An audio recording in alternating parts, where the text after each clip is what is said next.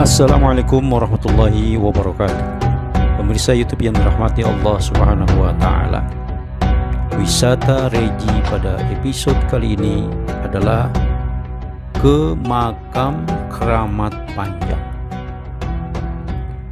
Pemirsa, bagi sebagian orang tentu masih terdengar asing bila mendengar nama makam Keramat Panjang.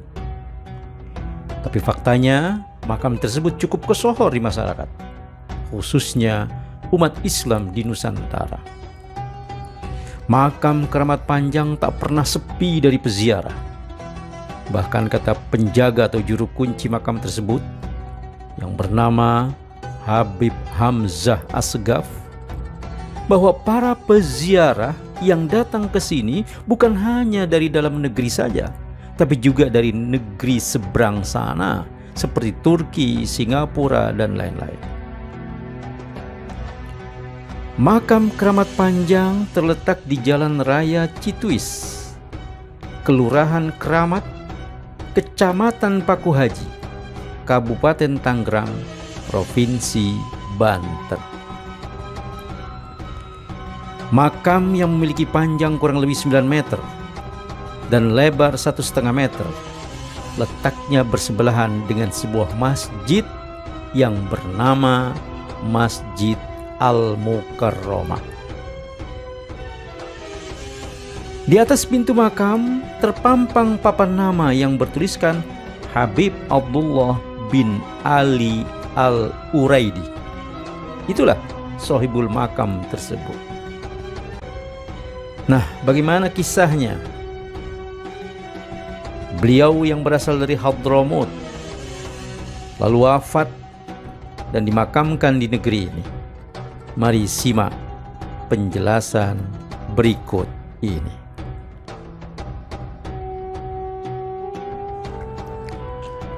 Sejarah makam Keramat Panjang yang beralamat di Kampung Keramat, Desa Sukawali, Kecamatan Pakuhaji, Kabupaten Tangerang, Provinsi Banten. Sohibul makam adalah Habib Abdullah bin Ali Al-Uraidi bin Ja'far Shadiq bin Muhammad Al-Bagir bin Ali Zainal bin Sayyidina Hussein, cucu baginda kita Nabi besar Muhammad sallallahu alaihi wasallam.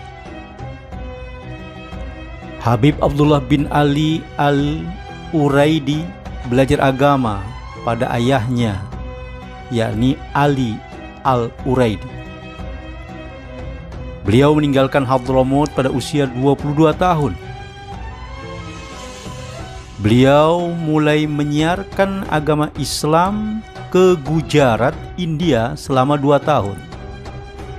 Dan di sana beliau mempunyai istri yang bernama Aminah Khan.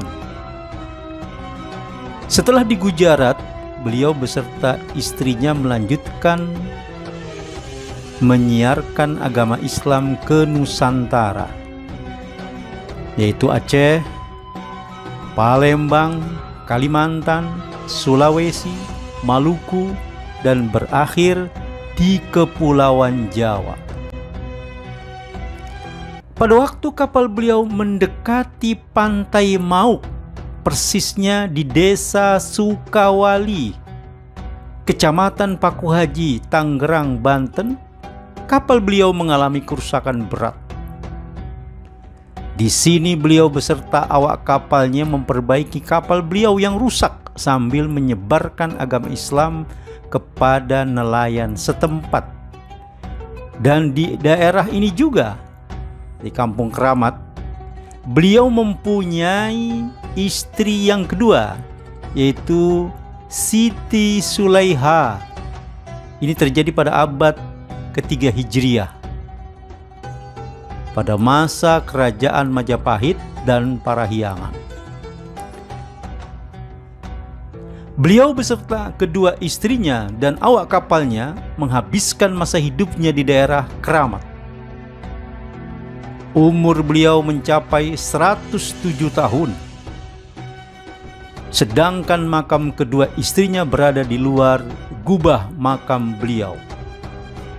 Dan hingga sekarang makam Habib Abdullah bin Ali Al-Uraidi dikenal dengan nama Makam Keramat Panjang.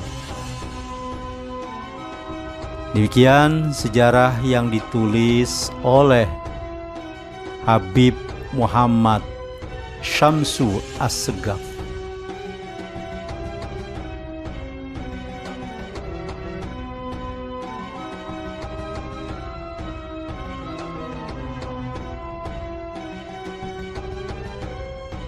Pemirsa, penamaan Makam Keramat Panjang tidak lain karena karomah dari tokoh yang dimakamkan. Karena karomahnya yang meluas sehingga diartikan panjang. Hal ini makanya sampai sekarang kampung di sini namanya juga Keramat Panjang. Demikian kata penjaga makam atau juru kunci yang bernama Habib Hamzah As-Segaf. Untuk lebih jelasnya pemahaman kita terkait dengan Makam Keramat Panjang, mari ikuti bincang-bincang saya dengan Habib Hamzah As-Segaf berikut ini.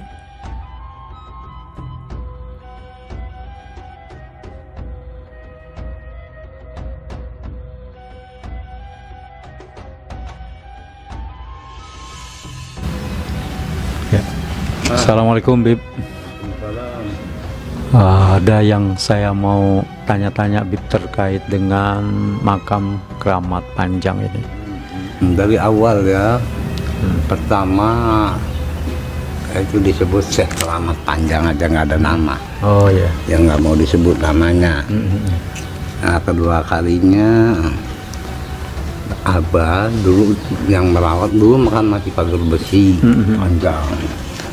Dirawat sama Abah, ya itu ada nama di tembok itu Daud bin Amir bin Sahmil bin Yusuf bin Ismail.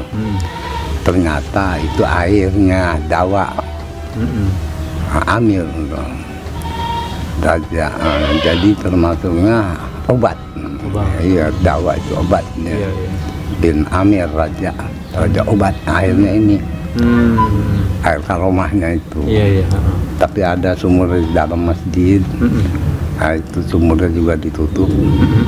Memang di daerah sini tuh semua tuh ambil airnya di situ. Biar takut kotor ya ditutup. Nah, asal adanya karomah di sini terawat, dirawat sama orang tua tuh dari tahun 54. Orang tua istrinya di sini pindah, ikutin istri, dapat alamat, disuruh pindah kemari juga, disuruh ngerawat ini. Tapi udah beberapa orang ngerawat di sini nggak mau makomnya, jadi selalu roboh 3 kali dibangun. Nah itu Abah. Ininya tempat pemakamannya. Iya, tempat udah 3 kali dibangun, roboh 3 kali dibangun. Nah orang tua dipanggil tuh, disuruh. Orang tua antum? Siapa namanya? Toha. Habib Toha bin Muhammad As-Segaf. Nah, udah itu ya datang pindah orang tua dari Tangerang. Nah ngerawat di sini itu juga. Tadinya nggak termasuk kepengen ngerawat ini, enggak. Abah mah jarah aja, memang itu orang di sini bangsa Alkap Sarifah. Alkap. Kawin di sini. Jadi ibu antum dong? Iya. Kalau Abah mah di Tangerang, Abdul As-Segaf tuh banyak, Usman Sagaf masih pada keluarga tuh. Jadi Abah hijrah, dijual tuh rumah di Tangerang, pindah kemari. Jaga. Di sini juga ada yang merawat ini.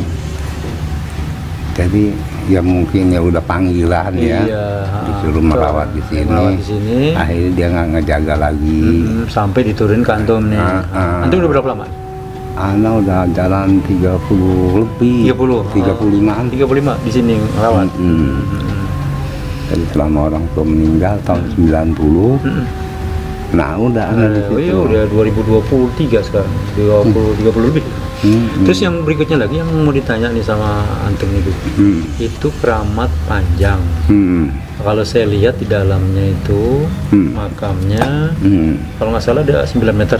Dan meter. Lebarnya 1,5 meter. Nah itu kenapa sampai sepanjang begitu? Mohon penjelasannya. Itu sebenarnya nggak sampai sih, paling nggak sampai 1,5 meter, 1 meter. Lebih aja 20, 1 meter 20. 1 meter 20. Oh iya. Lebarnya. Kalau panjangnya? Panjang 9 meter. 10 meter. Oh bahkan 10 meter. Iya. Batu nisan sama batu nisan 9 meter. Oh gitu. Nah tapi jenazahnya biasa. Jadi panjangnya jenazah disebut nama keramat panjang. Maka di situ nggak mau disebut nama, sebutnya Syekh Makam Keramat Panjang aja. Iya. Nah itu karomahnya, yang panjang itu panjang yang tinggi, itu menunjukkan karomahnya. Oh iya. Siapa pendatang tamu apa, insya Allah panjang umurnya. Amin. Mudah-mudahan. Panjang jodohnya, panjang rezekinya. Nah ini datangnya ke karomahnya keramat panjang tuh seperti itu. Oh gitu, iya. Kampungnya ini panjang kampungnya. Ada 3-4 kilo. Oh gitu. Iya. Panjang, sini laut, ya di sini sawah. Nggak jauh dari sini laut ya? Ada 500 meter. Oh iya. Terus jadi maka awalnya Syekh Keramat Panjang. Terus akhirnya sampai ketemu nama Habib Abdullah bin Ali Al-Quraidi. Nah itu bagaimana ceritanya, Bib? Nah itu nama itu juga diketemukan di Robito itu. Robito Lawiyin di Tanah Abang. Ya di Tanah Abang. Ya itulah Habib Samsu, Habib Alidin. Palembang tahu almarhum sih. Iya. Nah, disebut ini di sini Habib Abdullah. Ana disuruh istihara juga, coba kontrol kita bareng-barengan. Ana ya hadir tapi bahasanya nggak ada, nggak ada nama saya ini enggak, diem aja liatin. Nah itu udah beberapa tahun datang lagi, habis Samsu udah berapa kali dia juga sama begitu. Bagaimana udah dapat belum? Tapi belum ada jawaban. Hadir tapi belum ada jawaban. Iya. Nah, terus dia udah tentuin, udah putusin katanya. Ditulis Habib Abdullah bin Ali Al-Quraidi. Ya. Jadi ditemukannya nama itu sebenarnya kan masih makam Syekh Keramat Panjang. Nah itu mulai ada namanya itu tahun berapa tuh? Enggak, mungkin udah ada kali bangsa 15 tahunan. 15 tahunan ya. Dulu Syekh Daud. Nah itu Daud padahal maksudnya. Iya. Syekh Daud. Karena memang beliau ketika berada di wilayah ini, datang dari luar itu, memang nggak pernah memperkenalkan nama ya, Bibi? Nggak pernah, bukan tenarnya ini Keramat Panjang. Sampai ininya juga Pemagelang, Banyuwangi ini ngasih isyaratnya, tanya aja Tangerang Syekh Keramat Panjang. Oh iya, karena yang ziarah dari berbagai daerah ya? Dari Malaysia, Singapura juga. Oh iya. Biasanya namanya ini dari Hadramut, ini masih dari Hadramut yang bangun nih. Oh, masih yang di sebelah ini ya, sebelah. Saya disuruh jadi ininya, tapi saya nggak. Dari pertama tuh masjid, tiangnya kayu. Oh iya. Ini juga internetnya bide. Serem dah itu dulu, masih dulu. Iya. Airnya aja juga masih air kobok, nggak ada pakai keran. Ada 3 meter kali 5 meter panjang kolomnya. Enggak, karena dilihatnya tadi ada sumur yang di dalam masjid. Berarti itu ketika pemahaman saya nih ya, tapi nanti dikoreksi sama Habib. Berarti ketika Sohibul Makam nih masa hidupnya mengembangkan dakwah di lingkungan wilayah sini, berarti beliau juga mendirikan masjid. mendirikan masjid. Oh, jadi masjid ini didirikan oleh Habib ini. Oh, senang aja di sini banyak. juga. Jadi yang mendirikan masjid ini adalah Sohibul Makam ini. Oh, gitu. Masjid Al-Mukarramah. Dulu ada majlisnya juga. Ada ibaratnya gubuk rombeng, Mbah. Oh, ada majelis taklimnya juga. Iya. Ini lagi Bib yang saya mau tanya lagi. Katanya ada kaitannya juga dulu pernah terjadi letusan gunung Krakatau yang cukup dahsyat itu. Sehingga banyak sekitar ini yang kena imbasnya gitu ya. Itu gimana ceritanya? Kalau makom ini enggak kena airnya sampai lewat 3 meter lebih. Jadi tapi di lingkungan sekitar ini kena? Enggak kena air ini masjid sama makom nih. Oh enggak, tapi yang lain-lain? Lain semua kena. Oh iya. Karam. Jadi yang enggak karam ini di sini. Oh iya. Nah itu di situ. Tahun berapa itu Bib? 1800-an lah ya. Yang dahsyat betul itu ya, ledakan Krakatau itu. Itu banyak, kadang-kadang juga ada gali sumur aja di sana. Ada tulang orang. Oh iya. Masih banyak ini gitu. Pinggir-pinggir laut tuh di rumah saya sini. Gali sumur ada tulang. Oh iya, bekas itu antara lain tuh ya. Ada yang bertumpuk tulang orang tapi banyak.